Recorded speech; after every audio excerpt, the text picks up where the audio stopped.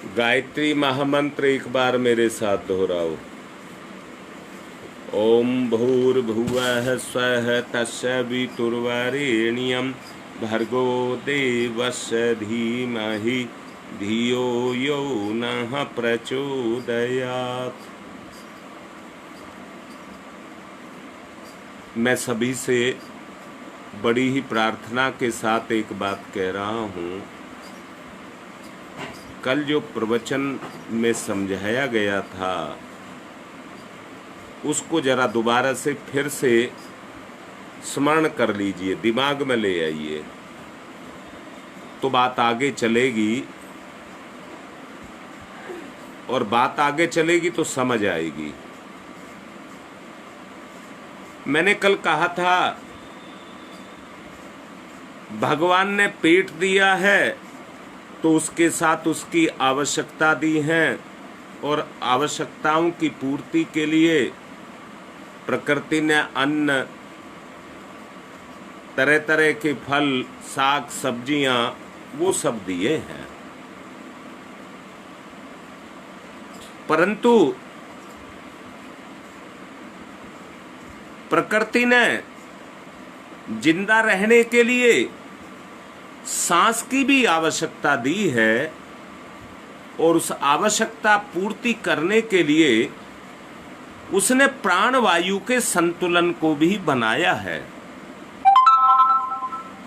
पेड़ जो ऑक्सीजन देते हैं और मनुष्य जो कार्बन डाइऑक्साइड छोड़ता है, दोनों आपस में जुड़े हुए हैं, एक दूसरे की पूर्ति करते हैं, और उसी के द्वारा संतुलन बना रहता है। शरीर को पानी की आवश्यकता पड़ती है, उसके संतुलन को बनाने के लिए भी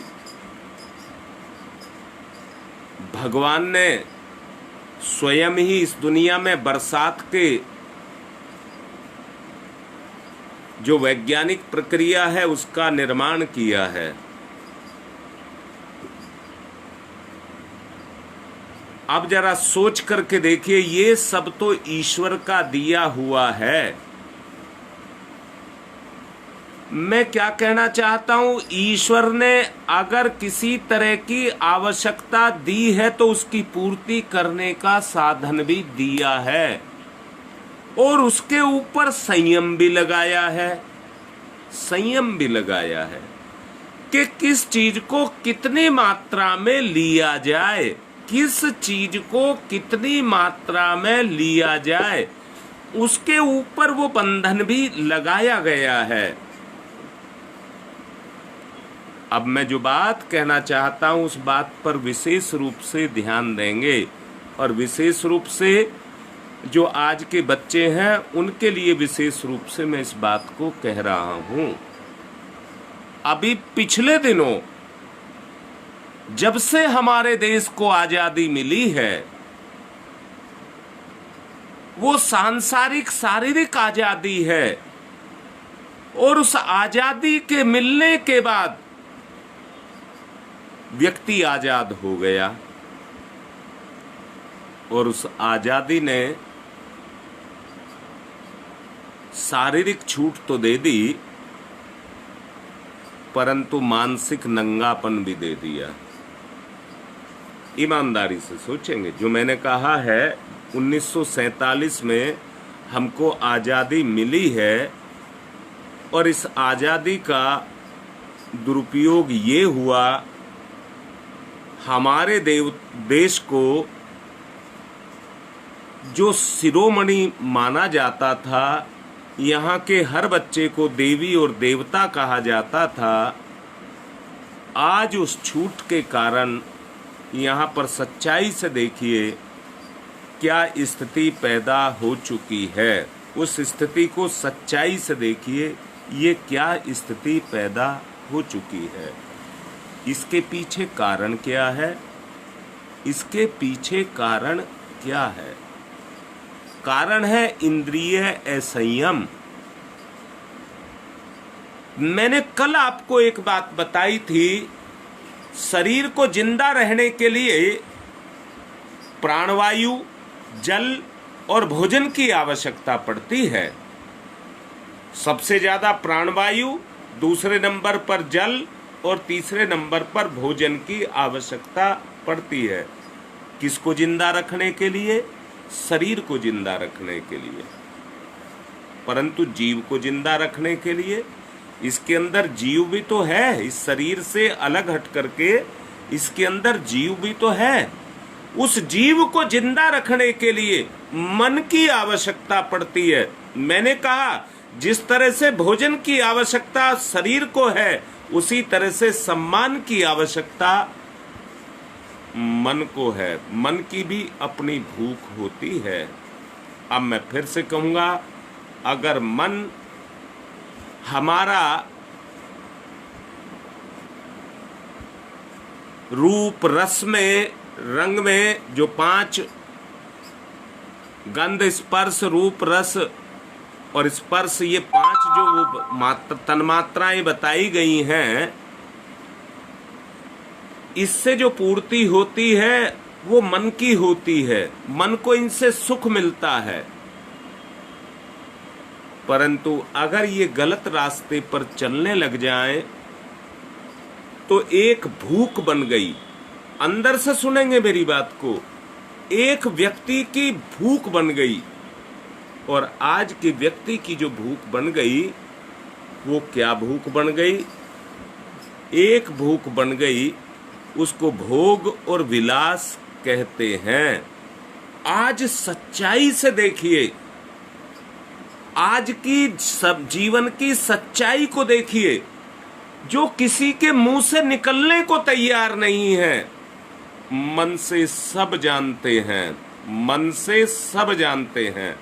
पहले एक बात तो ईमानदारी से ये देखिए भाई, एक बात तो है कि पहले विवाह जल्दी कर देते थे।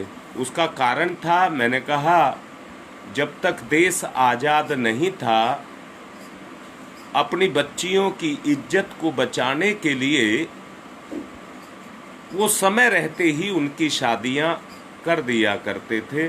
मैं उसको भी उचित नहीं कह रहा हूं, क्योंकि जब तक बच्चे के अंदर मैच्योरिटी, परिपक्वता ना आ जाए, तब तक उसका विवाह नहीं करना चाहिए।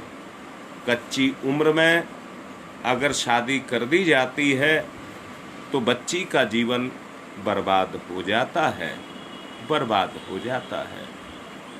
परंतु जब से स्वतंत्रता मिली है और आज तक आते आते स्थिति ये पैदा हो गई है, पैदा हो नहीं गई है, कर दी गई है। पैदा हो नहीं गई है, कर दी गई है। क्या स्थिति पैदा कर दी गई है? मैं मुंह से कहता हुआ अच्छा नहीं लगता हूं कि लड़की और लड़के का संतुलन बिगड़ चुका है। पिछले दिनों की बात सोच करके देखिए, गर्भ में ही जहां लड़की को मार दिया जाता था। विषय क्योंकि हटता जा रहा है, मैं एक बात और समझाना चाहता था। जो मैं दाम्पत्य जीवन पे बोल रहा था, मैं उसी पर फिर लौट करके आता हूं।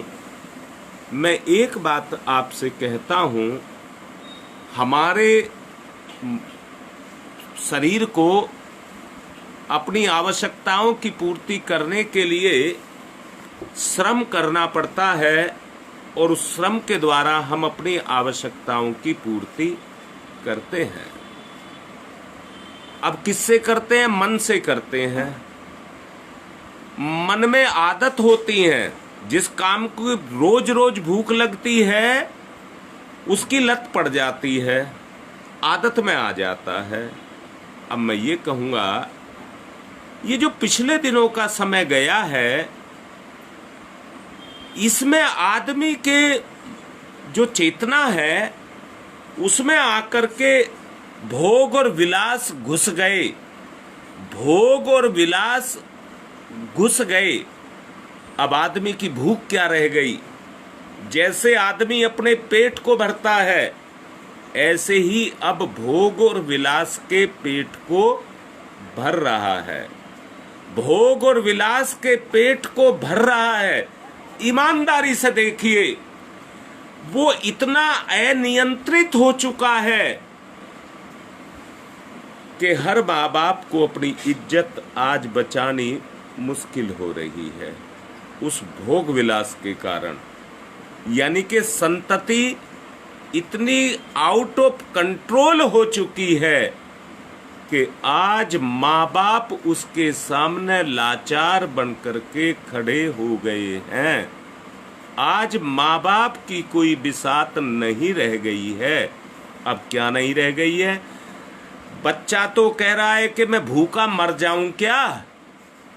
कौन सी भूख? जो उसकी भोग विलास की भूख है।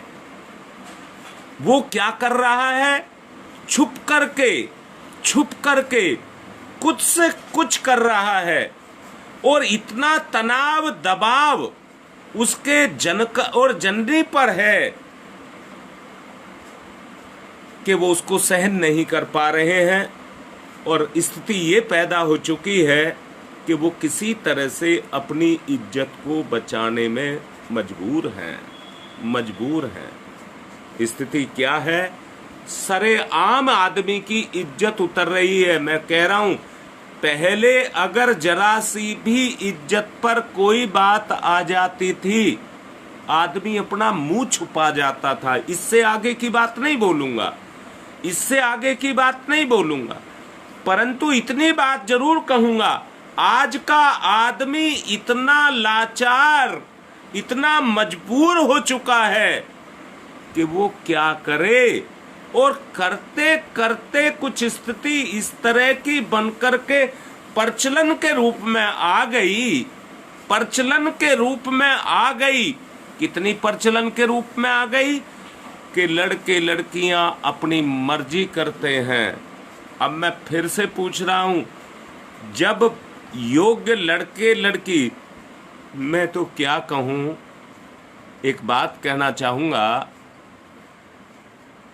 जो अभी 50 साल या उससे ज्यादा उम्र के हैं, उनकी शादी में उनसे पूछा था क्या? बेटी की शादी करती बार बेटी से पूछा था कि तेरी शादी करनी है? बेटी को बताया था कि तेरा दूल्हा कैसा है, क्या योग्यता है, कैसा रूप रंग है? बस शादी के दिन सजाई और गुड़िया की तरह से मंडप में बैठा दी। बेचारी इतनी न्योछावर थी कि उन बच्चों को यही नहीं पता था कि शादी किसको कहते हैं। भाई सच्चाई बता रहा हूं, बच्चों को यही नहीं पता था कि शादी किसको कहते हैं।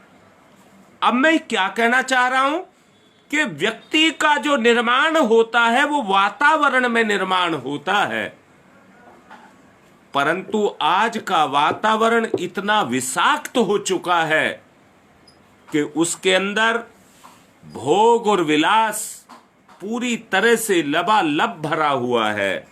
आज के छोटे बच्चों को भी देखेंगे कि उस समय जो शादी के लायक थे, उनको उतनी बातें पता नहीं थी, उनको उतना ज्ञान नहीं था जो आज के छोटे छोटे बच्चों को ज्ञान है। ये कहां से हो गया? वातावरण से। माँ बाप नहीं कराते हैं। वातावरण इस तरह का बन चुका है कि वो बच्चे में अपने आप जाकर के घुस जाता है, बच्चे की सोच में जाकर के घुस जाता है और बच्चे की भूख को पैदा कर देता है। अब दोष बच्चे को दिया जाए, माँ बाप को दिया जाए, समाज को दिया जाए, किसको दोष दिया जाए?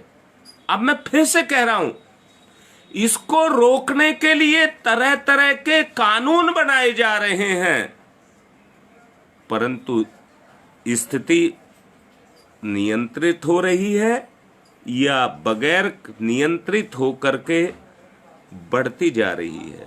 या मैं फिर से कहूंगा, नियंत्रण तो भावना के स्तर पर ही हो सकता था। जो बात समझा रहा हूं उसको ध्यान से समझना। एक स्तर पर एक जगह पर मैं आपको लेकर के जाऊंगा। अगर रुकावट पैदा हो सकती थी तो भावना के स्तर पर हो सकती थी। किस पर? विचारणा पर। विचारणा पर अगर रोक हो सकती थी तो भावना के स्तर से हो सकती थी। माताएं अपने घर में जो खाना बनाती हैं वो छलनी से पहले आटे को छान लेती हैं। छना हुआ आटा वो है जो चलनी में डाल करके घुमाया गया वो ही निकलेगा जो उसके छेद से छोटा होगा। जो कण उस छेद से छोटा होगा वो ही बाहर निकलेगा। जो बड़ा कण है वो छलनी से बाहर नहीं निकलेगा, ऊपर रह जाएगा। मैं क्या कहना चाहता हूं, पहले आदमी भी जो काम करता था वो छान करके करता था, छान करके। परंतु आज छलनी में बहुत बड़े बड़े छेद हो गए हैं। कोई इज्जत के बारे में नहीं सोचता, कोई इज्जत के बारे में नहीं सोचता। मैं ये कह रहा हूं, ऐसी स्थिति में जहां हमारे बच्चों की एक भूख, अपने मुंह से मैं ज्यादा नहीं खोलूंगा, एक भूख जो आज के बच्चों की बन चुकी है, वो परिवार को नरक में लेकर के जा रही है कि नहीं जा रही है? जा रही है कि नहीं जा रही है? सच को देखना। मैं आज की स्थिति के बारे में बात कर रहा हूं। एक माँ बाप अपनी बेटी की शादी करते हैं, परंतु डर ये बना रहता है कितनी देर शादी चलेगी। क्यों? क्या कारण है? लड़के और लड़की को एक दूसरे की कितनी जरूरत है। बहुत अच्छे से सुनना। मैं केवल इतनी बात कह दूं कि कुछ गुण ऐसे होते हैं जो हमारे गृहस्थ जीवन को खा जाते हैं। उनको भोग और विलास कहते हैं। हमारी पूर्ति, जब भोग और विलास आकर के बैठ गया तो व्यक्ति की पूर्ति नहीं होती, और पूर्ति नहीं होती।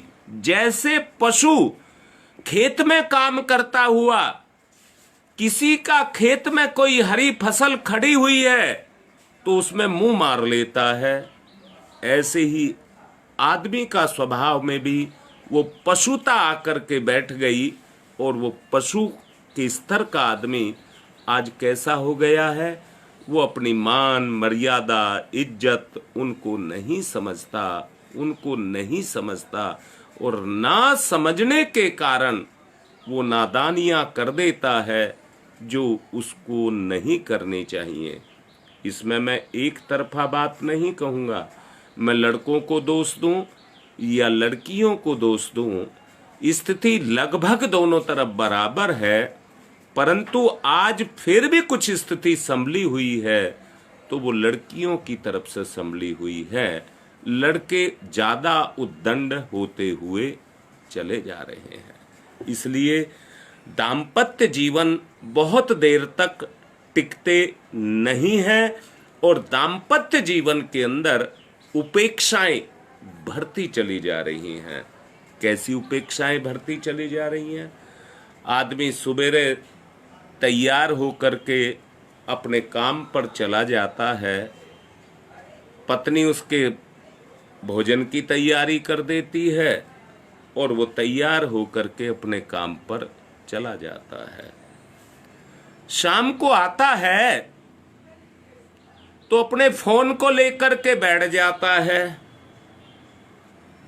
उसमें कुछ कुछ किटपिट करता रहता है। इससे ज्यादा नहीं बोलूंगा, इससे ज्यादा नहीं बोलूंगा। उसमें कुछ किटपिट करता रहता है और उसकी औरत उसके मुंह को देखती रहती है कि मुझसे कुछ मेरे मन की बात करेगा, परंतु वो हो नहीं पाता। और दोनों के बीच में जो प्रेम लगाव आत्मीयता होनी चाहिए थी वो आत्मीयता बन नहीं पाती, बन नहीं पाती। मैं फिर से कहूंगा, जब तक योग्य जब तक योग्य बच्चों की शादी नहीं होगी तब तक पारिवारिक दाम्पत्य जीवन योग्य नहीं हो सकता, उसमें मजबूती नहीं आएगी। मैं फिर से कहूंगा, अगर इस काम को हम करना चाहते हैं तो मैंने एक ही बात कही, और वो बात क्या कही? आदमी की भावना के ऊपर सब कुछ निर्भर करता है, पर भावना में भोग आ गया, भावना में भोग आ गया। अब उसको अच्छा क्या लगता है? पत्नी को पति और पति को पत्नी अच्छा नहीं लगते, भोग अच्छे लगते हैं, भोग अच्छे लगते हैं। और मैंने कहा, व्यक्ति के जीवन की शुरुआत दाम्पत्य जीवन से शुरू होती है। दाम्पत्य जीवन के द्वारा ही बच्चों की उत्पत्ति होती है और उनका पोषण भी उसी के आधार पर होता है। उससे परिवार का निर्माण होता है और व्यक्ति व्यक्ति आपस में मिलकर के समाज का निर्माण करते हैं, उससे समाज का निर्माण होता है। मैं फिर से कहूंगा, सारी की सारी जो जिम्मेदारी टिकी हुई है, संसार की पूरा जो भार टिका हुआ है, वो दाम्पत्य जीवन के ऊपर टिका हुआ है। जब तक दाम्पत्य जीवन अच्छा नहीं होगा तब तक वो अच्छा नहीं हो सकता। कैसा अच्छा नहीं हो सकता? अगर अच्छा हो सकता है तो केवल एक चीज पर हो सकता है, उसको कहते हैं आदर्श, उसको कहते हैं आदर्श। भाई मैं फिर से कहता हूं, आज की स्थिति ये पैदा हो चुकी है, मैंने देखा है बहुत से बच्चों ने ये मना कर दिया कि हम शादी नहीं करेंगे। मैंने देखा है, मेरी अपनी जो संपर्क क्षेत्र है, मैंने उसमें ये देखा है कि बहुत से बच्चों ने यही निर्णय ले लिया कि हम शादी नहीं करेंगे। आज के परिवेश को देख करके, आज की स्थिति को देख करके उन्होंने ये निर्णय ले लिया। पर मैं पूछता हूं, क्या विवाह एक आवश्यक कार्य नहीं है? सोचो, क्या विवाह एक आवश्यक कार्य नहीं है? मैं तो कहूंगा है, मैं तो कहूंगा है। अब है क्यों कह रहा हूं? इसलिए कह रहा हूं, अगर लड़की अपना पूर्ण चरम सीमा पर विकास करना चाहती है तो परिवार और परिवार के बोझ को अपने ऊपर जिम्मेदारी के रूप में लेकर के ही उस कार्य को पूरा कर सकती है।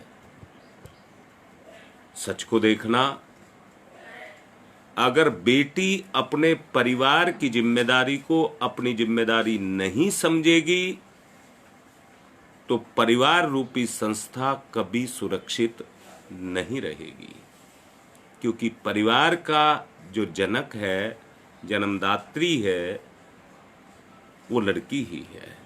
वहीं से परिवार की शुरुआत होती है, पुरुष से नहीं होती है। पुरुष तो सहायक होता है परिवार बसाने में। जो कुछ निर्भर करता है वो माँ पर ही निर्भर करता है, माँ पर ही निर्भर करता है। इसलिए मैं ये नहीं कह रहा कि उसमें पुरुष का कोई दायित्व नहीं है, कोई दायित्व नहीं है। दोनों का अपना अपना दायित्व है। अगर वो केवल अपने दायित्व को समझें तो निश्चित रूप से उन दायित्वों को निभाने से उसकी पूर्ति होगी। अभी मैंने देखा नहीं, लाइन पे एक लड़की रहती है, 2 साल शादी को हुए, 15 दिन उसका पति उसके साथ रहा, 15 दिन के बाद वो अपनी नौकरी पर चला गया, मनमुटाव बढ़ता गया और स्थिति ये पैदा हो गई, लड़का कहता है मर जाऊंगा पर लड़की को नहीं रखूंगा। मेरे संपर्क में है लड़की, संपर्क में होने के कारण मैंने ये महसूस किया ऐसी कोई गलती लड़की की नहीं है कि जिसके आधार पर लड़का इस बात को कह दे कि मैं लड़की को नहीं रखूंगा, नहीं रखूंगा। आदमी कैसा स्वच्छंद हो गया है, ना परिवार की इज्जत है, ना माँ बाप की इज्जत है, ना खानदान की इज्जत है। कैसा आज बन करके खड़ा हो गया है। इस सच्चाई को जरा झांक करके देखिए।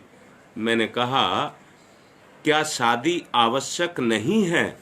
मैं कहता हूं कि ये मेरा कहना है कि ये आवश्यक कृत्य है, आवश्यक कृत्य है जो जीवात्मा के साथ जुड़ा है, संसार के विस्तार के लिए जीवात्मा के साथ जुड़ा है। ये इसलिए नहीं जुड़ा है कि आप एक संख्या में संतान को पैदा कर दीजिए, संतान तो जरूर पैदा करिए, पर उस पर भी नियंत्रण रहे। एक संतान या दो संतान, दोनों अपनी खूबी उसमें भर दें, दोनों अपनी खूबी उसमें भर दें, परंतु स्थिति सच्चाई को देखिए कैसी है, जहां पत्नी अपने स्वार्थ के लिए और पति अपने स्वार्थ के लिए, पति कह रहा मैं ठीक और पत्नी कह रही है मैं ठीक, और दोनों के बीच में जंग छिड़ी हुई है। ये किसके कारण है? क्या दोनों अपने आप को अपना मान रहे हैं? क्या दोनों के दोनों आपस में एक दूसरे को अपना मान रहे हैं? अगर मान रहे हैं तो दुश्मनी किस बात की, दुश्मनी किस बात की? आज सच देखिए, दाम्पत्य जीवन दुश्मनी पर आकर के टिक गया है। जो संतान होगी वो क्या करेगी? जब उनको वातावरण उस तरह का मिलेगा तो वो भी तो अपना बदला लेगी। मैं कह रहा हूं भावनात्मक जो निर्माण उनका होना चाहिए था वो नहीं हुआ, वो नहीं हुआ। जीवन सुखकर हो गया। मैं फिर से कहता हूं, जो अपने बच्चों को सुख देते हैं और विवाह को भी सुख के लिए करते हैं, वो अंततः उनके लिए या कहिए विवाह के दाम्पत्य जीवन में बंद करके वो अपने साथ खिलवाड़ करते हैं। दोनों के दोनों आपस में खिलवाड़ करते हैं। व्यक्ति की सामर्थ्य आंकी जानी चाहिए।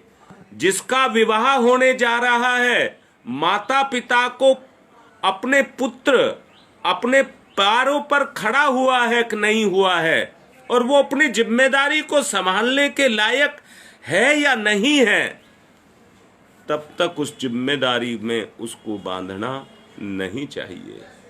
मैंने देखा है अयोग्य लड़का, अपाहिज लड़का,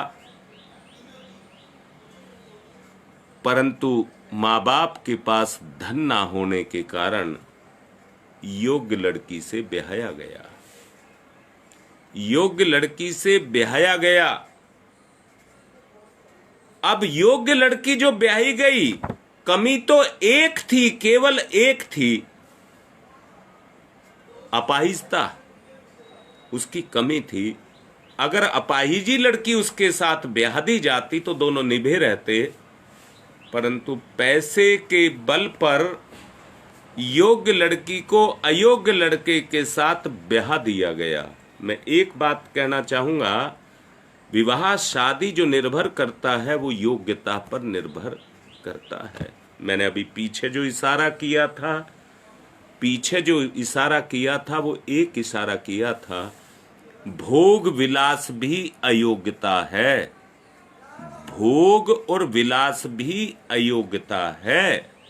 इसलिए माँ बाप को ये देखना चाहिए कि मेरे बच्चे के अंदर क्या क्या अयोग्यता हैं।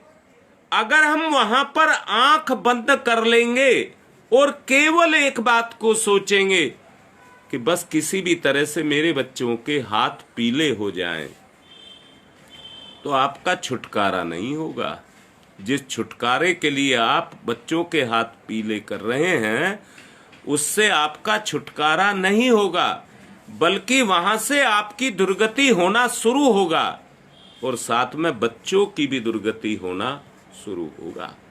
मैं फिर से कह रहा हूं, बच्चों को स्वयं इतना समर्थ बनाना चाहिए कि वो अपने पारिवारिक जिम्मेदारियों को पूर्ण करने की सामर्थ्य को अपने अंदर पा सकें। पर आजकल देखते हैं यौन विषयक जितने भी विचार हैं उनका बड़ी तेजी से विस्तार हो रहा है, और वो विस्तार क्या कर रहा है, बच्चों की जो योग्यता है उसको खाता हुआ चला जा रहा है। मैं जैसे आदमी को बीमारी लग जाती है, आदमी को बीमारी लग जाती है तो आदमी को कमजोरी आ जाती है। ये भी एक मानसिक बीमारी है जो आज हमारे बच्चों को और समाज को लग चुकी है, जो उनको मानसिक रूप से कमजोर करती हुई चली जा रही है, और बच्चे असहाय बनते हुए चले जा रहे हैं। आप देखते होंगे सब्जी बनाते हैं तो उसमें मिर्च मसाला डालते हैं। मिर्च मसाला उसमें डालते हैं इसलिए डालते हैं कि वो स्वादिष्ट हो जाए, वो स्वादिष्ट हो जाए। आज अपना दाम्पत्य जीवन भी कुछ इसी तरह का बनकर के रह गया है। किस तरह का बनकर के रह गया है? इस पुरुष में क्या सुख है या इस लड़की में क्या सुख है, उस सुख को ढूंढ रहा है। क्या वो सब्जी हैं? क्या दोनों सब्जी हैं, भोजन हैं, जो आप उन्हें चख करके देख रहे हैं कि ये कितना स्वादिष्ट है, उस स्वाद को ढूंढ रहे हैं। अगर रिश्ते में ढूंढना है तो समर्पण को ढूंढना। रिश्ते में अगर ढूंढ रहे हैं तो समर्पण को ढूंढना। माता पिता के द्वारा जो निर्धारित किए गए संबंध हैं वो इसी आधार पर निर्धारित किए जाने चाहिए।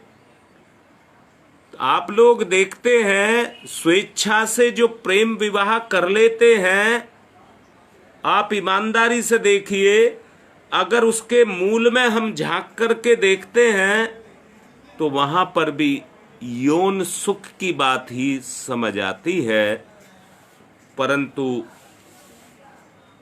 उससे संतुष्टि या इच्छा पूर्ति ना होने के कारण आदमी असंतुष्ट बना रहता है और स्थिति खटपट में बदल जाती है, और स्थिति ये पैदा हो जाती है।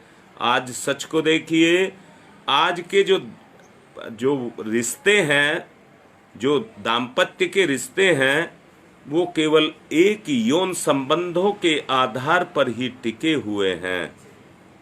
आज मैं देखता हूं और आप लोग भी देखते होंगे, समझदार हैं, अगर यौन संबंध में किसी तरह की कोई कमी है तो लड़का लड़की अपने संबंध को विच्छेद कर लेते हैं। जिसमें कमी है वो दूसरा कहता है ये मेरे लायक नहीं है, ये मेरे लायक नहीं है।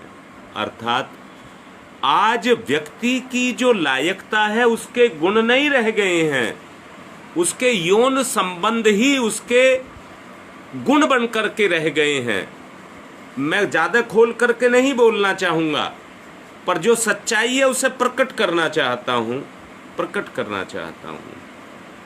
बच्चा वही खुश है जो जिसको जितनी खुशी दे रहा है, वही खुश है, परंतु खुशी इसमें नहीं है। मैंने कल बोला था, भोगा ने भोगा व्यमेव भोगा, भोगा ने भोगा व्यमेव भोगा।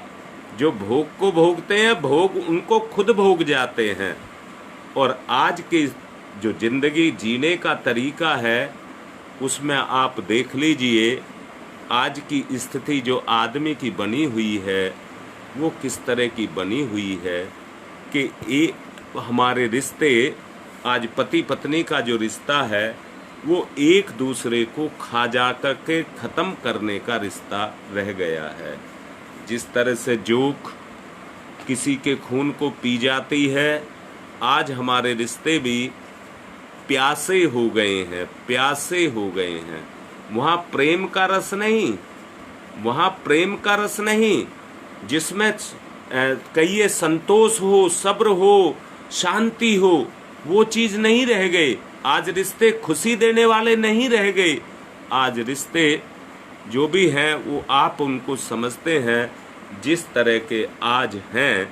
मैं यहाँ कहूँगा युवक युवतियों के पास डिग्रियाँ हैं, उन डिग्रियों के आधार पर हम शादी को कर लेते हैं, पर अनुभवों से प्रायः कोरे बने रहते हैं, कोरे।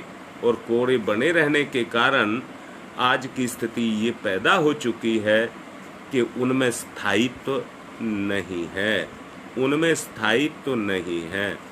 मेरी जो मूल बात है, मैं ये कहना चाहता हूँ कि आज के दाम्पत्य जीवन को में बंधने से पहले हमें उनकी तैयारियों को अच्छे से देखना पड़ेगा। वातावरण के अंदर जो खराबियां आ गई हैं और उन्होंने जाकर के आदमी के मन में अपने स्थान को बना लिया है, उस स्थान में से हमें उस भोग विलास को अपने समाज में से अलग करना पड़ेगा। दाम्पत्य जीवन का जो वास्तविक उद्देश्य है, मैं ये कहता हूँ, जैसे माता पिता का श्रेष्ठ रिश्ता होता है, पति पत्नी का उससे भी कहीं श्रेष्ठ रिश्ता होता है। आज रिश्ते की जो श्रेष्ठता है वो निकृष्टता ने खराब करके रख दी। मैं फिर से कहूँगा, जैसे दूध में एक मिट्टी के तेल की बूंद गिर जाए, इस भोग के कारण आज हमारे परिवार उजड़ रहे हैं, परिवार उजड़ रहे हैं। और परिवारों के उजड़ने के कारण जो आज स्थिति पैदा होकर के आ गई है, उससे कोई इनकार नहीं कर सकता। मेरा कहने का मतलब क्या है, मैं ये सब बातें क्यों कह रहा हूँ? मैं इसलिए कह रहा हूँ कि हम सबको इस बारे में बहुत ही गंभीर चिंतन करना चाहिए, वरना समस्या जब बिगड़ती है तो वो बिगड़ती ही चली जाती है। अगर उसको बनाने के लिए प्रयास नहीं किया गया तो स्थिति नहीं सुधरेगी, स्थिति नहीं सुधरेगी। आज स्थिति व्यक्ति के हाथ से निकलती हुई चली जा रही है। मैं फिर से अपनी बात को दोहरा रहा हूँ और ये कह रहा हूँ कि जब आदर्श रिश्तों के रूप में हम बंधते हैं और उन आदर्शों को हम निभाते हैं, तो वो आदर्श ही हमारे पारिवारिक वातावरण के अंदर आकर के भरते हुए चले जाते हैं। उनमें जो संतान होती हैं वो भी उन्हीं आदर्शों में बनती हुई चली जाती हैं। आत्मा स्वीकार ही नहीं करती गलत काम करने की। और आज स्थिति ये पैदा हो गई है कि आत्मा है, पर आत्मा नाम की चीज को आज कोई प्रधानता नहीं दे रहा है, आज अपने सुख को प्रधानता दे रहा है। और उसी के कारण आज आदमी की ये अवस्था बन करके खड़ी हो गई है। मैं यहाँ कहूँगा कि गृहस्थ जीवन एक तपोवन है, एक तपोवन है जिसमें दोनों के दोनों अपने अपने आदर्शों में बंध करके तपस्या को करते हैं, तपस्या को करते हैं। और तपस्या के द्वारा जो विकार भोग विलास के रूप में आज आ गए, वो उस तपस्या के द्वारा खत्म किए जाते हैं। मैं फिर से कहूँगा, जिस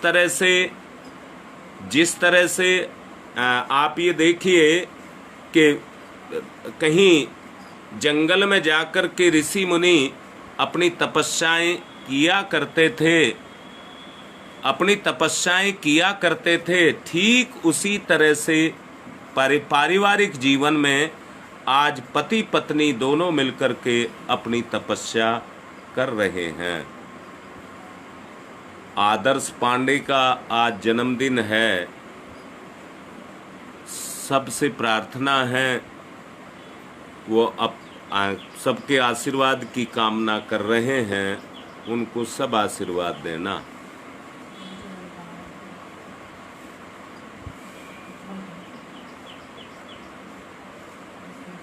मेरा निवेदन है, क्योंकि आज का समय पूरा हो चुका है, बात को यहीं से कल फिर और आगे चलाएंगे। आज की बात को यहीं पर संपन्न करते हैं और आगे के लिए कल फिर आएंगे। ओम शांति ही शांति ही शांति।